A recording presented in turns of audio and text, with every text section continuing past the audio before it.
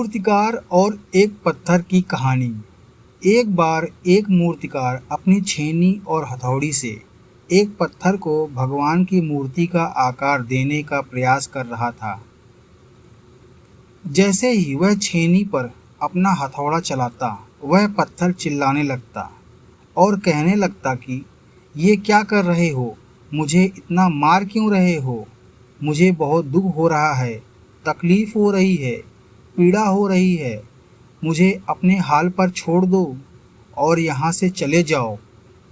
मूर्तिकार ने उस पत्थर से कहा, मुझे बहुत अच्छे से पता है कि तुम्हें बहुत ज़्यादा दर्द हो रहा है, तकलीफ हो रही है और तुम बहुत ही ज़्यादा पीड़ा में हो, लेकिन यदि आज तुमने इस दर्द को नहीं सहा, इस तकलीफ को नहीं सहा, तो जीवन भर तुम यहीं इसी प्रकार से पड़े रहोगे।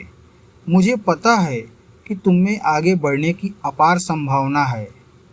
तुम एक बहुत अच्छे पत्थर हो, लेकिन यदि तुम इस प्रकार से रहोगे तो कभी भी आगे नहीं बढ़ पाओगे। इतना कहकर मूर्तिकार ने औजार उठाया ही था कि पत्थर फिर से चिल्लाने लगा, गिड़गिड़ाने लगा, विनती करने लगा कि मुझे अपने हाल पर छोड़ दो। मुझे पता है कि जीवन के लिए कौन सी चीज़ सही है और कौन सी चीज़ गलत है। मुझे बहुत दर्द हो रहा है, अब मैं इस तकलीफ़ को बहुत ज़्यादा नहीं कर सकता। जिस हाल में हूँ उस हाल में छोड़कर मुझे तुम यहाँ से चले जाओ। उस मूर्तिकार ने फिर से उस पत्थर को समझाने की कोशिश की, ज़्यादा अधीर मत बनो और अपने सब्र को बनाए रखो। थोड़ी देर और इस दर्द को सहो। यदि इस दर्द को सह लिया तो भगवान की मूर्ति के रूप में तुम्हारी स्थापना करवाऊंगा और फिर दूर दूर से लोग तुम्हारी पूजा करने आएंगे और पंडित लोग तुम्हारी सेवा करेंगे। लेकिन पत्थर ने उस मूर्तिकार की एक भी बात नहीं मानी। वह चिल्लाता रहा और अपनी बात पर अड़ा रहा। मूर्तिकार ने उस पत्थर को समझाने की बहुत कोशिश की, लेकिन वो पत्थर नहीं माना। अब मूर्तिकार भी थक चुका था और वह उस पत्थर को छोड़कर आगे बढ़ गया और थोड़ी ही दूर जाकर देखा कि एक और बहुत ही अच्छा पत्थर वहाँ पड़ा हुआ था। उसने छेनी और हथौड़ी उठाई और उस पत्थर को मूर्ति बनाने के लिए वो तैयार हो गया। मूर्तिकार ने छेनी और हथौड़ी का वार उस दूसरे पत्थर पर जारी रखा।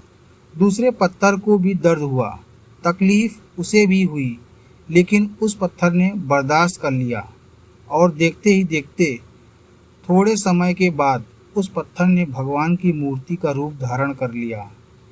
थोड़े दिन बाद उस मूर्ति की एक मंदिर में स्थापना हो गई। धीरे धीरे करके लोग वहाँ पूजा पाठ करने आने लगे। लोगों की मन्नतें वहाँ से पूरी होने लगी और वह मंदिर बहुत ही ज़्यादा प्रसिद्ध हो गया। अब धीरे धीरे करके दूर दूर के गांव से लोग वहाँ पूजा पाठ करने आने लगे। फिर एक दिन पहले पत्थर को भी उसी मंदिर में लाया गया और उसे एक कोने में रख दिया गया। अब लोग आते और उस पर नारियल फोड़ते। अब वह पत्थर मन ही मन बहुत ज़्यादा पछता रहा था, दुखी हो रहा था और अपने आप से कह रहा था कि काश मैं उस दिन उस दर्द को, उस तकलीफ़ को सह लिया होता तो आज लोग मेरी भी पूजा करते। आशा है आपको ये कहानी पसंद आई होगी। अगर आपको ये कहानी पसंद आई तो कृपया कमेंट बॉक्स में ज़रूर बताएं कैसी लगी हमारी ये कहानी और हमारे चैनल को लाइक और सब्सक्राइब करना ना भूलें। धन्यवाद।